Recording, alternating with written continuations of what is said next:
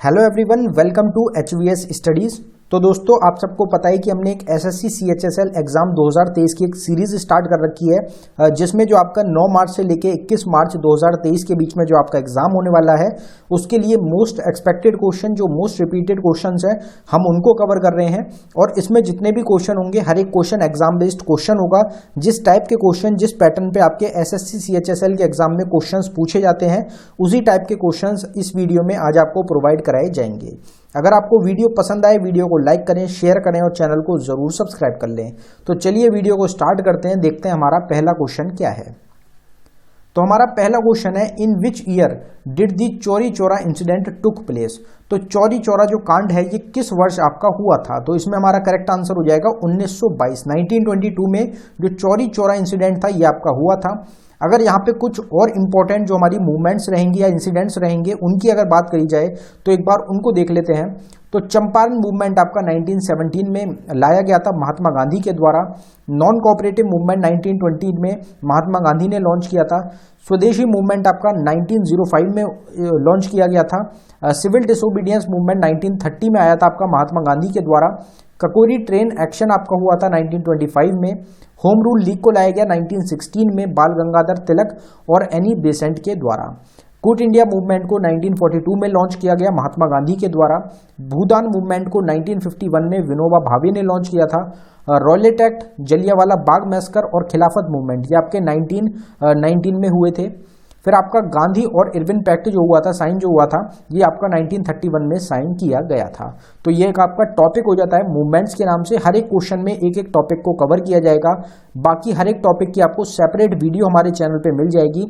All static G के topic के नाम से हमारी एक प्लेलिस्ट है, उसमें आपको हर एक टॉपिक की सेपरेट वीडियो प्रोवाइड कराई गई है, तो आप वहां पर भी उनको टॉपिक्स को जाके देख सकते हैं। अगला क्वेश्चन देखते हैं हमारा। अगला क्वेश्चन है, which of the following article of the constitution of India provides for the creation of a GST council. तो भारत के संविधान के निम्नलिखित में से कौन सा अनुच्छेद जीएसटी परिषद के निर्माण के लिए प्रदान करता है? तो इसमें जो हमारा करेक्ट आंसर हो जाएगा वो हो जाएगा आर्टिकल 279A। आर्टिकल 279A आपका क्रिएशन से रिलेटेड है जीएसटी काउंसिल की। अब आप एक चीज को जरूर ध्यान रखें कि ये जो टॉपिक है आपका आर्टिकल्स का, इससे आपको हर शिफ्ट में, हर दिन आपको कोई ना कोई शिफ्ट में क्वेश्चन जरूर देखने को मिलेगा। इस चीज की बिल्कुल गारंटी रहेगी, क्योंकि सबसे ज्यादा इंपॉर्टेंट टॉपिक रहता है आर्टिकल्स का, जिससे क्वेश्चन जरूर बनते हैं। तो आर्टिकल की अभी हमने पीछे ही आपको एक सेपरेट वीडियो प्रोवाइड कराई थी, जिसमें सारे के सारे आर्टिकल्स कवर करे थे, तो आप उस वीडियो को जरूर देख लें। अगर यहाँ पे हम बात करें, जैसे जीएसटी काउंसिल की यहाँ पे बात हुई है, तो जीएसटी काउंसिल को एक बार देख लेते हैं।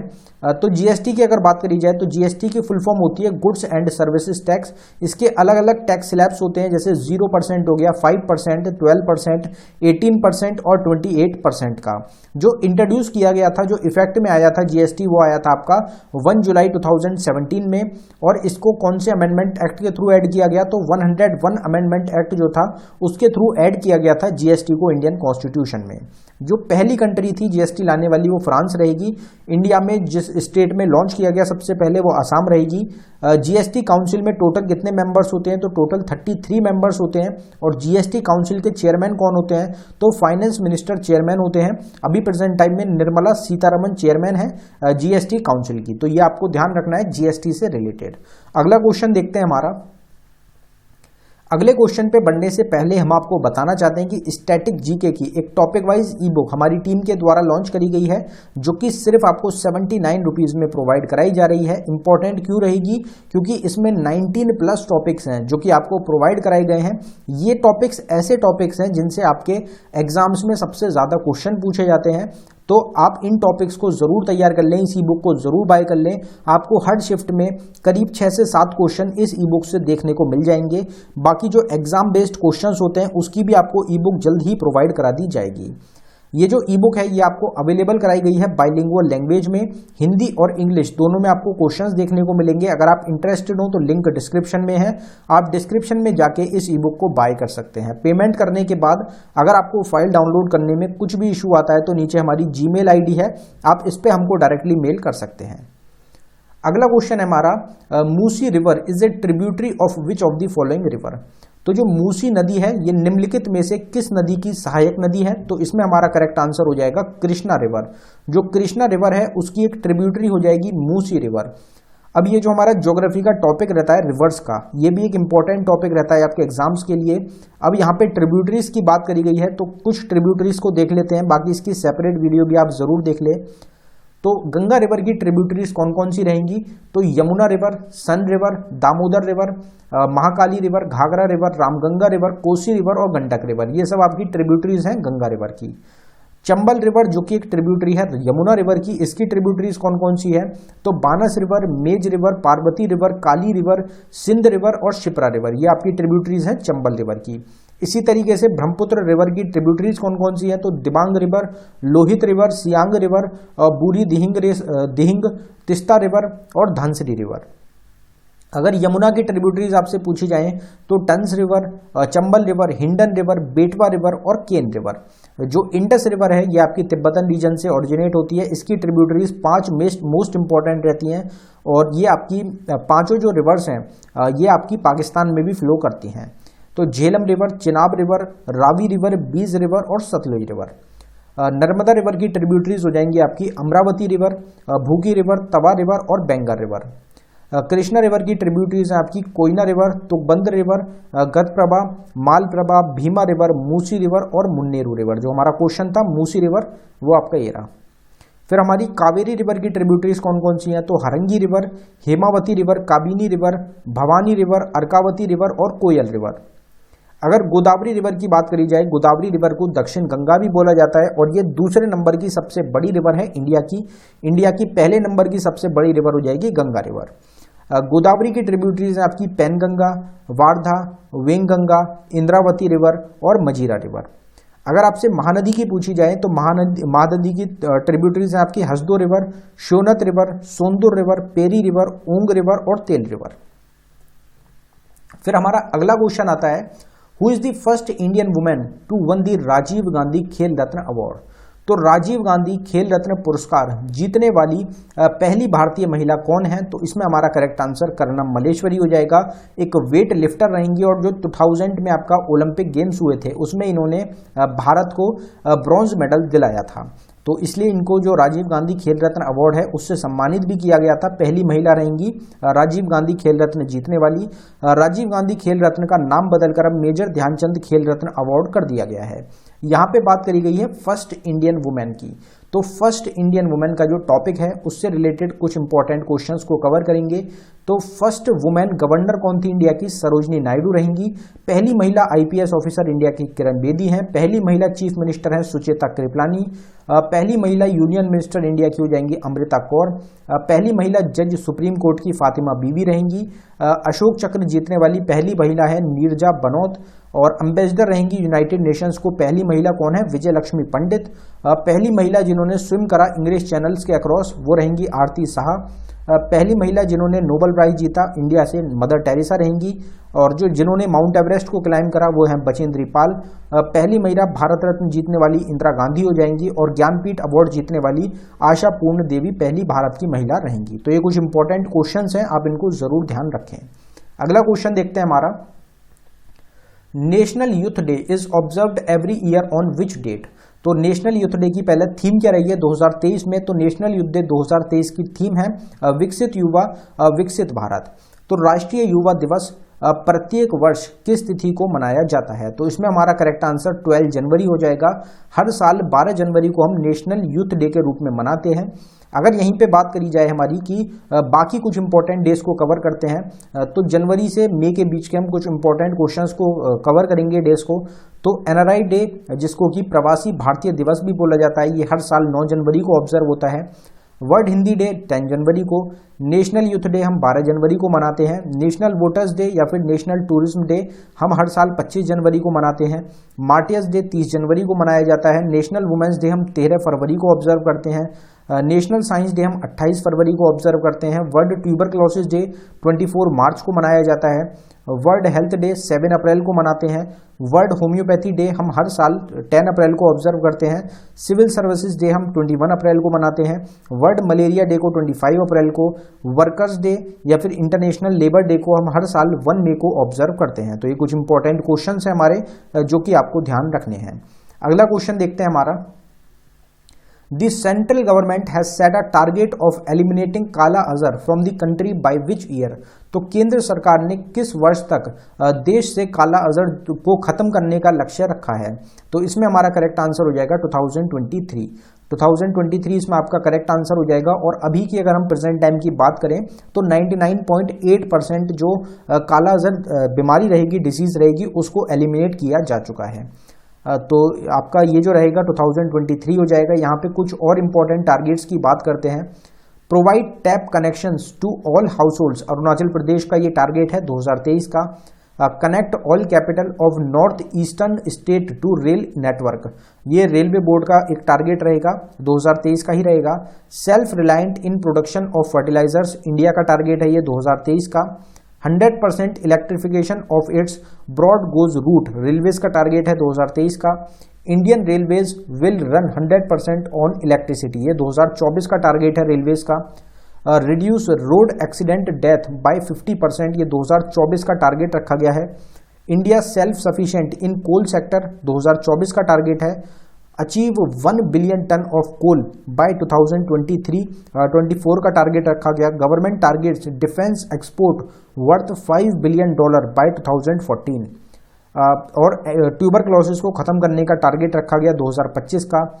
220 एयरपोर्ट, नए एयरपोर्ट इंडिया में बनाने का 2025 के एंड तक ये एक टारगेट रखा गया है। तो ये कुछ इंडिया के गवर्नमेंट के द्वारा जो टारगेट्स रखे गए हैं उनकी यहाँ पे बात की गई है। We have borrowed the idea of single citizenship from which country, तो हमने एकल नागरिकता का जो विचार है ये किस देश से उधार लिया है? तो इसमें हमारा करेक्ट आंसर ब्रिटिश गवर्नमेंट हो जाएगा। ब्रिटिश गवर्नमेंट से हमने बोरो किया है सिंगल सिटीजनशिप के आइडिया को। अब यहाँ पे जो हमारे सोर्सेज हैं इंडियन कॉन्स्टिट्यूशन के, जो सोर्सेज हैं उनकी बात की जा रही है, तो कुछ सोर्सेज को कवर करते हैं। तो हमने कॉन्करेंट लिस्ट को ऑस्ट्रेलिया से बोरो किया है। हमने ज्वाइंट सिटिंग जो होती है दोनों हाउसेस की, पार्लियामेंट की, लोअर हाउस की और अपर हाउस की, ये हमने ऑस्ट्रेलिया से बोरो किया है। Directive principle of state policy, nomination of member of Rajya Sabha, president election method, ये हमने आयरलैंड से बोरो किया है। फंडामेंटल ड्यूटीज को और idea of justice in preamble, इसको हमने यूएसएसआर, जिसको हम रशिया बोलते हैं, उससे बोरो किया है।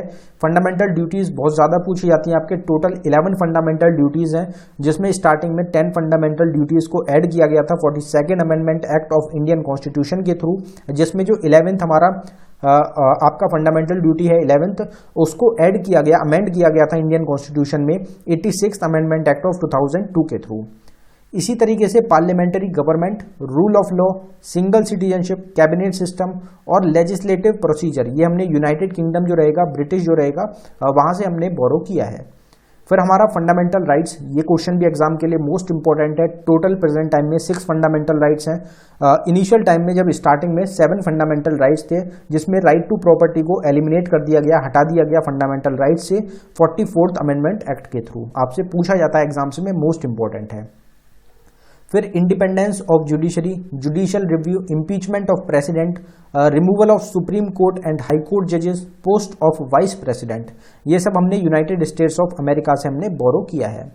फिर हमारा suspension of fundamental rights during emergency, ये हमने जर्मनी से बोरो किया है।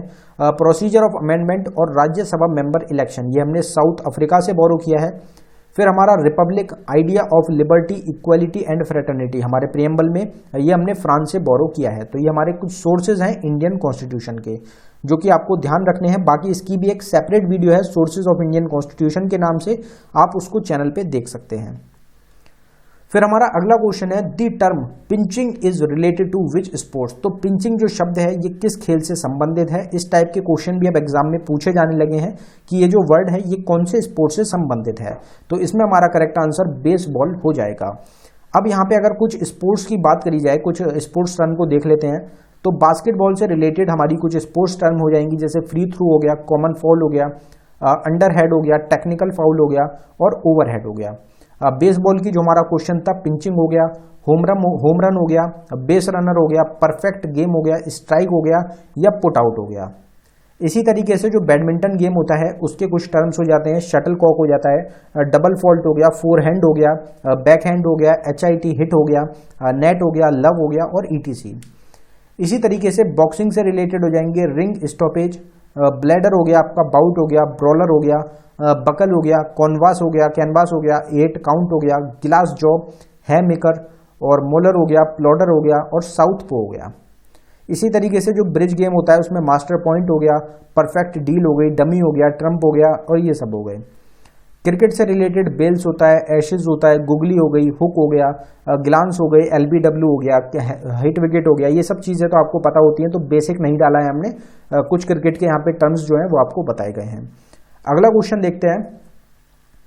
अगला क्वेश्चन है हमारा जो फंडामेंटल राइट्स होते हैं उनसे रिलेटेड क्वेश्चन रहेगा। Article 14 of the Indian constitution is related to, तो भारतीय संविधान का अनुच्छेद 14 किससे संबंधित है? तो इसमें हमारा correct answer equality before law हो जाएगा। अब ये जो आर्टिकल्स हैं ये आपके एग्जाम्स में बहुत ज़्यादा रिपीट होते हैं। फंडामेंटल राइट्स रहेंगे आपके आर्टिकल 12 से आर्टिकल 35 तक। हम आपको अभी भी बार बार कह रहे हैं कि फंडामेंटल राइट्स जो हमारे आर्टिकल्स हैं उनको आप एक बार ज़रूर पढ़ लें। आर्टिकल्स की सेपरेट वीडियो आपको चैनल पे मिल जाएगी, आप उसको ज़रूर देख लें। तो यहाँ पे जो आर्टिकल्स हैं उनकी बात करते हैं फंडामेंटल राइट्स से रिलेटेड। आर्टिकल 14 है हमारा इक्वलिटी बिफोर लॉ। आर्टिकल 15 है prohibition of discrimination on the grounds of religion, race, sex, caste और प्लेस ऑफ बर्थ। आर्टिकल 16 होता है equality of opportunity in matters of public employment. Article 17 है abolition of untouchability. Article 18 में abolition of titles आता है हमारा। Article 90 guarantee करता है 6 राइट्स को।